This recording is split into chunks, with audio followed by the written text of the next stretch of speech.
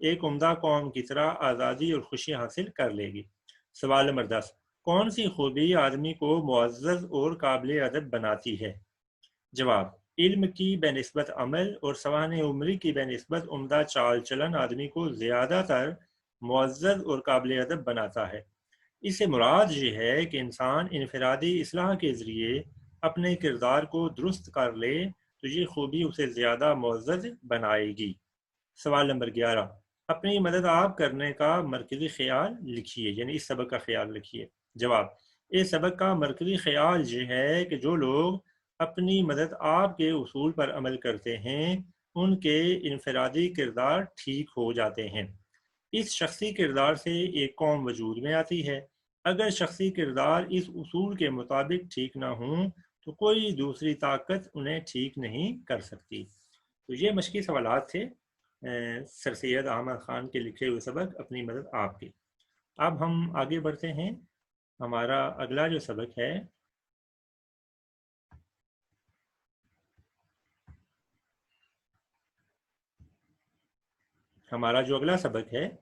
یہ مولوی ذکا اللہ نے لکھا ہے۔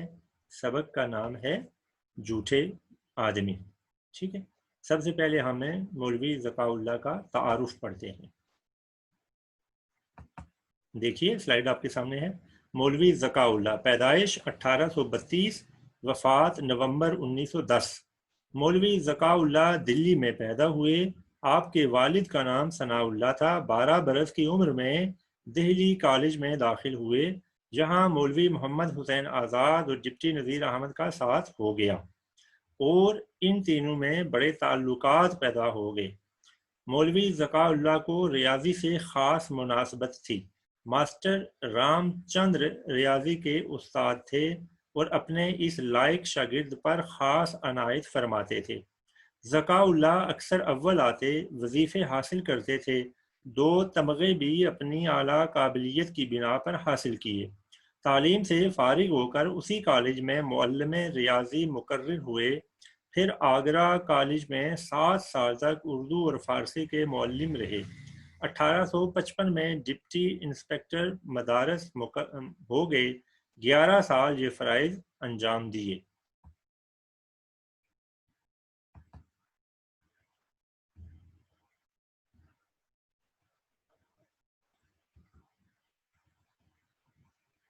اچھا، 11 سال یہ فرائض انجام دے کر 1866 میں نارمل اسکول دلی کے ہیڈ ماسٹر ہوئے۔ 3 سال کے بعد اورینٹل کالج کی لیکچراری کے لیے پروانہ تقرر آیا، لیکن اتفاق سے اس کے ساتھ ہی میور سینٹرل کالج الہ آباد کی پروفیسری بھی انہیں پیش کی گئی۔ اورینٹل کالج لاہور میں ہے اور یہ ذرا انڈیا میں ہی ہے، الہ آباد۔ انہوں نے الہ آباد کو ترجیح دی اور 15 سال اس کالج میں فارسی کے پروفیسر رہ کر 1885 میں پینشن حاصل کی۔ پھر عمر کے باقی 24 سال خانہ نشین رہ کر تصنیف و تالیف میں گزار دیے۔ خانہ نشین، گھر میں بیٹھنا۔ ان کی وفات کے بعد ڈپٹی نذیر احمد کا ایک مضمون ان کے متعلق رسالہ تمدن دہلی بابت اگست 1911 میں شائع ہوا۔ اس میں مولوی ذکا اللہ کے بعض خاص حالات لکھے گئے ہیں۔ اس مضمون کا ایک اقتباس درج کیا جاتا ہے۔ بعض مسلمان یہ بھی پوچھ بیٹھتے ہیں کہ مسلم یونیورسٹی کس قسم کے عالم پیدا کرے گی۔ مسلم یونیورسٹی جہاں مراد ہے علی گڑھ والی یونیورسٹی، جو کہ سر سید احمد خان نے کالج قائم کیا تھا، تو ان کی وفات کے بعد جا کے یہ یونیورسٹی بنا، جو 5 یونیورسٹیاں آج تک پیدا نہ کر سکیں۔ آج کو مولوی ذکا اللہ زندہ ہوتے تو میں انہی کو پیش کر دیتا کہ مسلم یونیورسٹی درجہ تکمیل کو پہنچ کر وما ذالک علی اللہ بعزیز ان جیسے عالم پیدا کرے گی۔ کریم النفس، وسیع الاخلاق، منکسر المزاج، روشن دماغ، متنوع المعلومات، کثیر التصانیف، خیر خواہ عامہ خلق، فیاض طبع، راسخ الاعتقاد، سرح کل، مرنجام مرنج، تصنیف، تاریخ ہندوستان، کرزن نامہ، آئین کیسری، فرہنگ فرنگ وغیرہ۔ آئیے ہم سبق کی طرف چلتے ہیں۔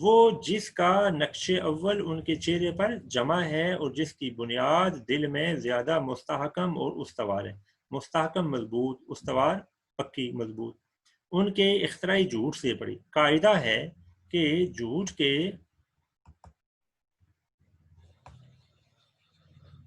برابر جھوٹ کی بنیاد مستحکم نہیں ہو سکتی. اس لیے ضروری ہے کہ ان کے دروغ میں راستی اپنا فروغ دکھائے اور جس سچ پر جھوٹا ملمہ چڑھایا ہے اس کی کلئی کھل جائے.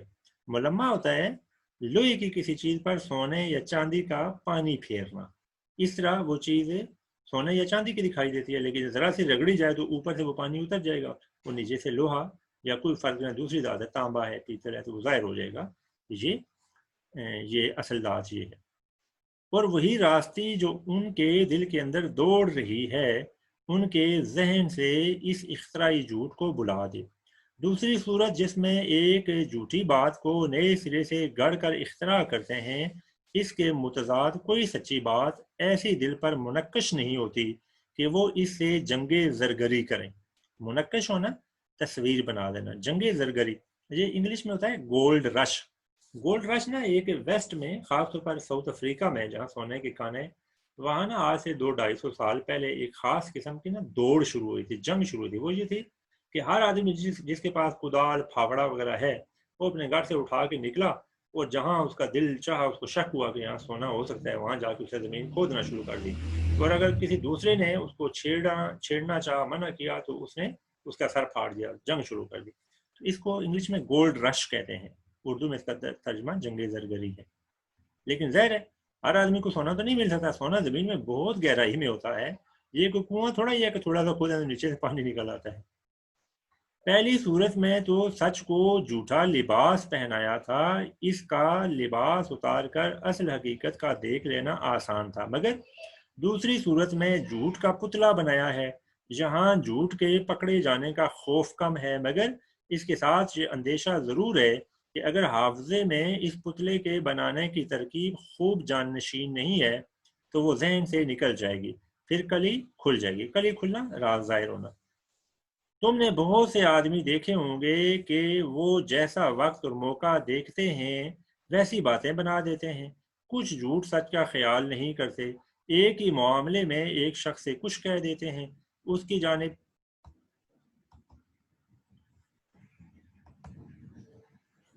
مخالف سے کچھ اور فرما دیتے ہیں. اس کا سبب یہ ہوتا ہے کہ ان کے دل میں کوئی بات ایمان اور صداقت کے ساتھ متمکن نہیں ہوتی. متمکن ہونا، قائم ہونا، موجود ہونا. فقط یہ خیال ہوتا ہے کہ ہم لوگوں کی مرضی کے موافق باتیں بنا کے ان کا دل خوش کر دیں. ایسی باتوں کے کرنے سے وہ اپنا نام صلح کل رکھتے ہیں. صلح کل کا مطلب ہوتا ہے ہر کسی کی بلائی چاہنے والا. یہاں یہ لفظ طنزاً استعمال ہوا ہے. ویسے صلح کل جو ہے یہ اچھی خوبی ہے، کوئی برائی نہیں ہے، اور اس پر فخر کرتے ہیں. اگر کوئی شخص ان کی ساری باتوں کو جو ایک معاملے میں کرتے ہیں لکھ لے اور اس کو غور سے دیکھے تو معلوم ہوگا کہ ان کی باتیں کیسی فریب اور دغا سے بری ہوئی ہے. فریب اور دغا دونوں ہم معنی ہیں، مترادف ہیں. جس کا نام انہوں نے صلح کل رکھا ہے وہ سراسر نفاق ہے. جب ایک آدمی کسی ایک ہی معاملے میں مختلف اوقات میں مختلف پیرایوں میں اظہار رائے کرتا ہے اور اصل حقیقت اس کے دل میں کچھ نہیں ہوتی تو وہ ان سب کا یاد رکھنا حافظے کی قدرت سے باہر ہو جاتا ہے. اظہار رائے کرنا، اپنی رائے ظاہر کرنا، پیرایا انداز، طریقہ. اس لیے وہ اپنی کہی ہوئی بات کو بھول جاتا ہے اور اس کی حقیقت کھل جاتی ہے. اسی معنی کو کہا کرتے ہیں کہ دروغ گورا حافظہ نہ باشد. یہی انہوں نے محاورہ جو ہے ضرب المثل شروع میں استعمال کیا ہے، اب یہ دوبارہ انہوں نے استعمال کیا ہے. سیدھی سادی سچی باتوں میں جھوٹ بولنے کے برابر کوئی لعنت کی ماری ہوئی برائی نہیں ہے. ہم انسانوں میں جو باہم رشتہ بندی ہے وہ فقط نطق کے سبب سے ہے. نطق کا مطلب ہے قوت گویائی، بولنا، زبان. جب اس نطق میں کذب شامل ہو تو انسانوں کے، کذب کا مطلب ہے جھوٹ، تو انسانوں کے باہمی تعلقات میں کوئی ایسی بات نہ ہوگی کہ جو فساد سے خالی ہو. جن قوموں میں جھوٹ کا رواج ہو گیا ہے ان میں کوئی برائی باقی نہیں جو نہ ہو، یعنی جو جھوٹ بولتے ہیں ان میں باقی برائیاں بھی آ جاتی ہے۔ واقعی ہی ایسا ہے، جو بندہ جھوٹ بولنا شروع کر دے اس میں آہستہ آہستہ دوسری برائیاں بھی جڑ پکڑ لیتی ہیں۔ یہ جھوٹ آگ اور تلوار سے زیادہ ان کا نقصان کر رہا ہے۔ اکثر ماں باپ اپنے بچوں کو ان کی معصوم خطاؤں پر اور بے باک شوخیوں اور گستاخیوں پر خوب گوشمالی کرتے ہیں۔ گوشمالی مارنا پیٹنا، مگر وہ یہ یاد رکھیں کہ بچوں کو صرف ان دو قصوروں پر سزا دینی چاہیے، ایک جھوٹ اور دوسری سرکشی۔ سرکشی کا مطلب بغاوت۔ جب تک کہ ان دونوں برائیوں سے ان کو وہ نہ چھٹائیں، چھٹائیں کا مطلب چھڑائیں، سزا دینے سے ہاتھ کو نہ اٹھائیں۔ اگر جھوٹ کا چسکا اس عمر میں زبان کو لگ گیا تو وہ بڑے ہونے پر اور بڑھے گا۔ بعض بھلے مانسوں کو ہم دیکھتے ہیں کہ جھوٹ بولنے سننے کی بیماری ان کے پیچھے لگی ہوتی ہے۔ اپنے تشخص و تعلی کی داستان نثر میں ایسی ہی گڑا کرتے ہیں جیسے کوئی شاعر اشعار میں جھوٹا مضمون گانٹتا ہے۔ تعلی ہوتا ہے اپنے آپ کی کو بڑا کہنا، یہ تو شاعرانہ ویسے ہوتا ہے نا انداز، لیکن بعض لوگ نا آپ نے دیکھا گفتگو میں کہتے ہیں نا کہ میں بہت ہی ذہین ہوں، میں بہت تیز ہوں، اس طرح کی بات ہے، اس کو تعلی کہتے ہیں۔ اگر یہ عیب ان میں نہ ہو تو پھر ان کے بے عیب ہونے میں کوئی شبہ نہیں۔ بعض آدمی ایسے ہوتے ہیں کہ وہ کبھی جھوٹ نہیں بولتے، مگر ہاں وہاں جہاں ان کو کچھ فائدہ ہو۔ یہ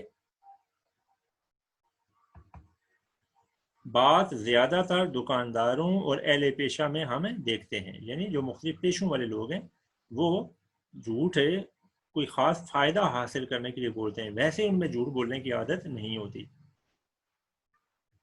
کہ وہ سب طرح بھلے ماس ہوتے ہیں۔ اچھا یہ لفظ جو ہے نا اس کا اصل لفظ ہے مانوس، ٹھیک ہے، لیکن اردو میں ہم عموماً اس کا لفظ بھلے ماس کہتے ہیں، یعنی نون کے بعد نا نون اور سین کو ساکن کر دیں، حالانکہ اصل لفظ مانوس ہے، نون کے اوپر پیش پڑی جاتی ہے۔ مگر اپنے پیشے میں اپنے فائدے کے لیے جھوٹ بولتے ہیں، مثلا دکاندار چیزوں کا بھاؤ جھوٹا بتلاتے ہیں، یہ بات ہم نے بھی دیکھی ہے۔ ایسا ہی ہے نا، بازاروں میں جائیں تو بتائیں گے جی یہ چیز ہے 5,000 کی ہے، تو کرتے کرتے 1,500 پر آ کے چیز بیچ دیتے ہیں۔ وکلا مقدمات جھوٹے لڑتے ہیں، یہ بات بھی ہمارے مشاہدے کی ہے۔ ایسے جھوٹ کو نہ وہ خود بولنے والے برا جانتے ہیں نہ اس کو لوگ برا سمجھتے ہیں۔ اچھا بیٹا آج کا یہ لیکچر ادھر ہی ختم کرتے ہیں، انشاءاللہ اگلے لیکچر میں ملاقات ہوگی، تب تک کے لیے خدا حافظ۔